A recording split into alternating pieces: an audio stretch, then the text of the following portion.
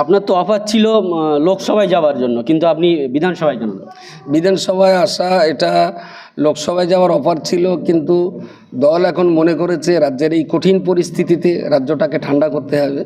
সামনে ইলেকশন, এই ইলেকশনে আগ্রাসীন শক্তিকে আমি একটাই কথা বলবো, এই দেশদ্রোহী শক্তি, এই আগ্রাসী শক্তি, এই বিভাজনের শক্তিটাকে পর্যদস্ত আমাদের করতেই হবে। সুতরাং তার জন্যে তারা যেভাবে আমাকে এই পথে নিয়ে এসেছেন, তাতে আমার মনে হয়েছে এক্ষুনি আমার এখানেই আসা উচিত। আমার কোনো এমএলএ এমপি হওয়ার শাক জীবনে ছিল না, আর বিরাট বড় কিছু হতে হবে সেটা কিছু ছিল না। আমার দেশ, আমার রাজ্যটাই ভালো চললে তাতেই আমি শান্তি। এখান থেকে 5 বছর আগে অর্থাৎ 20 সালে আপনি আমাদের চ্যানেলের মাধ্যমেই আপনি একটি বক্তব্যের মাধ্যমে বলেছিলেন যে একটা সময় আপনাকে মুকুল রায় তার পার্সোনাল অফিসে ডেকেছিলেন এবং আপনাকে সেখানে রাজনীতিতে আসার কথা বলা হয়েছিল। এমনকি বলা হয়েছিল আপনি বসিরহাটের এমপি কিংবা বাদুড়িয়ার এমএলএ কোনটা হবেন। সেই জায়গায় দাঁড়িয়ে আপনি আজ কেন রাজনীতিতে আসেছেন, সেদিন কেন আসেননি?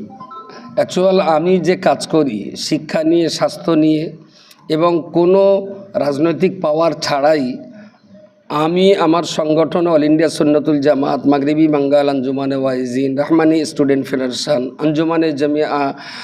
আঞ্জুমানে ওয়াইজিন, তাছাড়া জমিয়াতুল মুআল্লিমিন, এই সমস্ত সংগঠনগুলো দিয়ে যে শিক্ষা স্বাস্থ্যের উন্নয়নের যে কাজগুলো আমরা করি, রাজনৈতিক পাওয়ার ছাড়াই, সরকারি অর্থ ছাড়াই আমরা বছরে কোটি কোটি টাকার কাজ করতে পারছি জনগণের দানের টাকা দিয়ে। তো আমার রাজনীতি করার কোনো প্রয়োজন ছিল না। সেদিন আমি তা প্রত্যাখ্যান করেছিলাম, রাজনীতিতে আমি যাইনি। তার মাঝখানেও অনেকবার কথা হয়েছিল, আমি যাইনি। কিন্তু এক্ষুনি যাওয়ার একমাত্র কারণ হলো রাজ্যের পরিস্থিতি অত্যন্ত নাজুক জায়গায়। আগ্রাসী শক্তি, সাম্প্রদায়িক শক্তি গোটা রাজ্যকে গিলে খাওয়ার কঠিন ষড়যন্ত্র করেছে।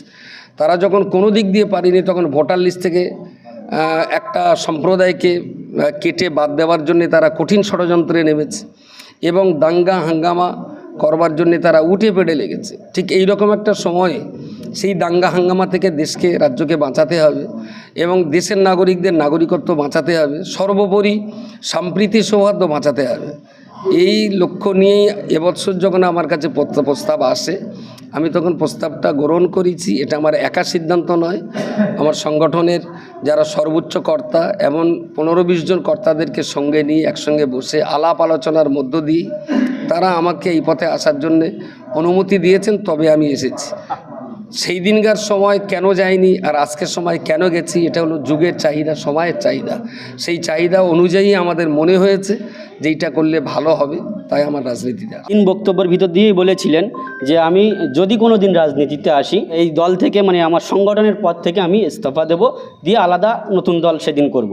তো আপনি আপনার কথা রেখেছেন। আমরা দেখেছি গতকাল আপনি সংগঠনের পদ থেকে আপনি সরে দাঁড়িয়েছেন। এই বক্তব্যের মাঝখানে আপনি আরও একটা কথা বলেছিলেন যে আমি রাজনীতিতে যেতে চাইনি, তার কারণ আমি দীর্ঘদিন ধরে এই সাজানো গোছানো একটি বাগান, ফুলের বাগান আমি তৈরি করেছি, আমি এই বাগানটাকে নষ্ট করতে চাই না। তো আজ আপনি সেই জায়গা থেকে সরে দাঁড়িয়েছেন, তো আপনার সেই সাজানো গোছানো সেই ফুলের বাগান কতটা সুরক্ষিত থাকবে? নষ্ট করতে চাই না, না মনে হয় আমার ভাষাটা এরকম ছিল যে নষ্ট হওয়ার আশঙ্কা আছে। কিন্তু আমি দলে যাওয়ার আগে আলাপ আলোচনা করে সবটুকু আমি বুঝে নিয়েছি যে আমি আপাতত এইখান থেকে সরে দাঁড়ালেও সংগঠনের কোনো ক্ষতি হবে না। হয়তো আমি সংগঠনের সম্পাদকের পদ থেকে রিজাইন দিয়েছি, সদস্য পদ থেকে রিজাইন দিইনি, আর কাজ থেকে আমি রিজাইন দিইনি। সমাজে কোনো মসজিদ যদি তৈরি হয়, মসজিদ কমিটি একা পানি দেবে তা নয়, সে দেয়ালে পানি দেওয়ার অধিকার সবারই আছে। সমাজে যদি কোনো মানুষ রাস্তায় অ্যাক্সিডেন্ট করে কেউ দেখে, ওটা আমার সালানা সম্বন্ধে এটা কেউ দেখে না, সবাই সেবা করার জন্য এগিয়ে আসে। সুতরাং অল ইন্ডিয়া সুন্নতুল জামাত একটা সমাজসেবামূলক সংগঠন, তাতে আমি যতটাই ছিলাম আমার ভিতর থেকে আমি ততটাই আছি। শুধুমাত্র দায়িত্ব আরেকজনকে, মুফতি সাহেবের উপরে এখন ভর্তি আছে, তিনি দায়িত্ব কাউকে দেবেন না, নিজে সামলাবেন সভাপতি হিসাবে। তিনি বা তার পদাধিকার আরও যারা আছে তাদেরকে নিয়ে ভাববেন, কিন্তু আমার যে কাজ আমি যতটা পারবো সে কাজ আমি করে যাব। আপনি একসময় চিৎকার করে বলতেন যে থানার ভিতরে দুর্নীতি মুক্ত করতে গেলে ধর্মীয় শিক্ষা বা ইসলামিক শিক্ষার মধ্য দিয়ে এমন অফিসার থানায় বসাতে হবে। ব্লকের ভিতরে ডেভেলপ আনতে গেলে, দুর্নীতি মুক্ত করতে গেলে বিডিওদেরকে, ভালো ব্যক্তিদেরকে বিডিও চেয়ারে বসাতে হবে। এটাকে লক্ষ্য রেখে আপনারা শিক্ষা নিয়ে কাজ করছিলেন। তো সেই জায়গায় দাঁড়িয়ে আজকে কি মনে করছেন, রাজনীতির জায়গায় দাঁড়িয়ে কি দুর্নীতি মুক্ত করা যাবে? দেখুন, অ্যাকচুয়াল যতক্ষণ দেশের মানুষ ভালো না হবে ততক্ষণ দেশের সব জায়গা ভালো হতে পারে না।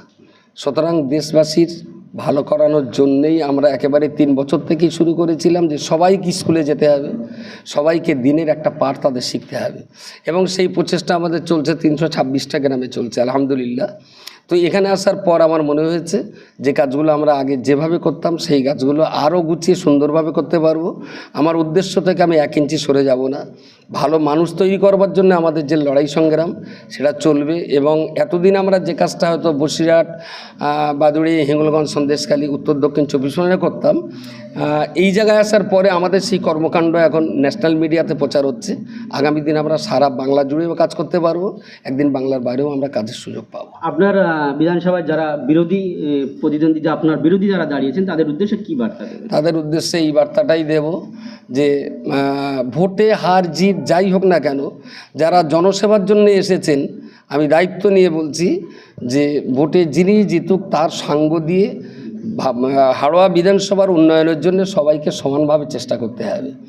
যে ভোটে হেরে গেছি বলে আমি সেবা করতে পারবো না, এই মানসিকতা নিয়ে আমি চলিনি। এতদিন তো ভোট করিনি, তাও তো এতগুলো মাদ্রাসা, এতগুলো স্কুল, আয়লার ত্রাণের সময় যশ বা আমফান ঘটে গেল, তখন তো আমার কোনো রাজনৈতিক শক্তি ছিল না, কেউ তো আমার হাতে ছিল না। আমার হাতে ছিল দেশের জনগণ, যারা সংগঠনকে ভালোবাসে, যারা মহব্বত করে, তারাই তো আমার শক্তি, আল্লাহর রহমতে। তাই নিয়ে যদি আমি কাজ করতে পারি, আমার বিশ্বাস এই জায়গায় আসার পরে সেই কাজগুলো আরও সুন্দর গুছিয়েভাবে করতে পারবো।